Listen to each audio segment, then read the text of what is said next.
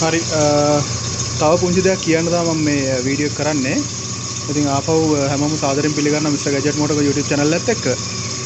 දැන් මේ කාර් එක අරගෙන අවුරුදු 4ක් විතර ගියාට පස්සේ අපි කරා මේ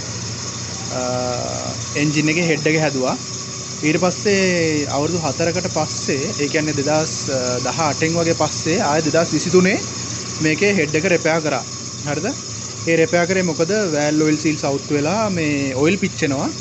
ඒකට තමයි රිපෙයාර් කරේ. මම පුළුවන් නම් ෆොටෝස් ටිකක් ඒ ඇතුලෙන් දාන්නම් ඔයාලට බලා ගන්න කොහොමද තිබ්බේ කියලා. ඒතකොට ගොඩක් තැන්වලදී මොනවද මේකට සජෙස්ට් කරපු රිපෙයාර් වර්ග කියන එක තමයි මම ඔයාලට කියන්න යන්නේ. සමහරව ඉන්නවා එන්ජින් ගලවන්න බයයි. සමහරව ඉන්නවා එන්ජින් ගලවන්න දන්නේ නැහැ. සමහරව ඉන්නවා එන්ජින් ගලවන්න දන්න වුණත් කම්මැලිකමට මොකක් හරි හොර වැඩක් කරලා මේක හදලා දෙන්න තමයි try කරන්නේ.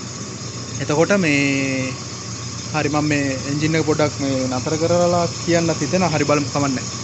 කොහොම හරි මේක දැන් අපි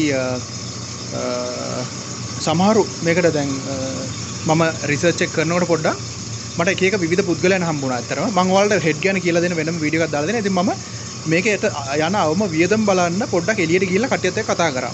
හරිද? ඊට පස්සේ ඇත්තටම දැන් මම කොළඹ වැඩ කරන නිසා මට වෙලාවකුත් නැති නිසා මං හිතුවා දැන් අපේටම ඉන්න ෆැමිලි ඩොක්ටර් වගේ අපේ වාහන වලට හදන්න උදව් කරන අයියා කෙනෙක්. ඉතින් මම එයා ළඟටත් ගිහිල්ලා පොඩ්ඩක් වටපිටාව මොකද වෙන්නේ කියලා හොයලා බලුවා. එතකොට සමහරු කියනවා මේක ගලවන්න නැතුව මේවා හදන්න බෑ, මේ වාහන හදන්න බෑ එහෙම කිය මෙන්න මේ ප්ලග් වලට ඇඩැප්ටර් ගහලා ප්ලග් එක ටිකක් දුරින් හයි කරනවා. හරිද? ප්ලග් වලට ඇඩැප්ටර් එකක් හදලා ලර්ත් මැෂින් වලට ගහලා ප්ලග් එක දුරින් හයි කරනවා. එතකොට ඔයිල් පිච්චෙන් ඒ කියන්නේ ප්ලග් එකට ඔයිල් එන්නේ නැති වෙන්න ප්ලග් එක චුට්ටක් ඉග්නිෂන් චේම්බර් එකෙන් ඈඩ් කරනවා. ඒ වැඩේ කරලා එහෙම ගොඩ දාන අය ඉන්නවා. හැබැයි ඒක කරන්න එපා. ඒක මහා පල් මෝඩ වැඩක්. හරිද? ඉතින් එහෙම කරනවා ගොඩක් තැන්වල මේ එන්ජින් හදන්න බෑ කියලා. අනිත් එක තමයි මොකද මේ මිනි කූපර් එන්ජින් එක හරිම ආවේනිකයි. ඒකේ තියෙන ඩිසයින් එක හරිම ආවේනිකයි. මිනි කූපර් එකේ යටම තියෙන්නේ ඔයිල් සම්ප් එක නෙවෙයි අනිත් වාහනවල වගේ. මිනි කූපර් එකේ යටම තියෙන්නේ මේ මිනි කූපර් එකේ යටම තියෙන්නේ මේ ගියර් බොක්ස් එක.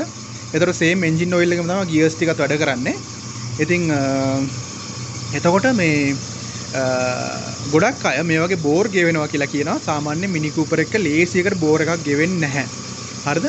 එතකොට සමහරු බෝර් ගෙවුණා කියලා අලුත් එන්ජින් තියලා මේක මේ නැති ලෙඩවල් ගොඩක් මේකට ඇදලා ගන්නවා.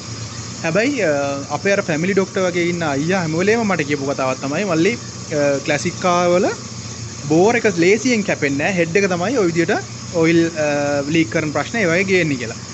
ඉතින් එයාව මම දෙවෙනි පාරත් විශ්වාස කරා. එයා කියපු කතාව හරියටම හරි. මේ වගේ බෝර් ගෙවෙන්නේ නැහැ. හරිම අඩුයි බෝර් ගෙවෙනවා. එන්ජින් ඔයිල් එක ඔයාලා හරියට වෙලාවට පාවිච්චි කරනවා නම් හොඳ එන්ජින් ඔයිල් එකක් පාවිච්චි කරනවා නම් බෝර් එක ලේසියකට කැපෙන්නේ නැහැ.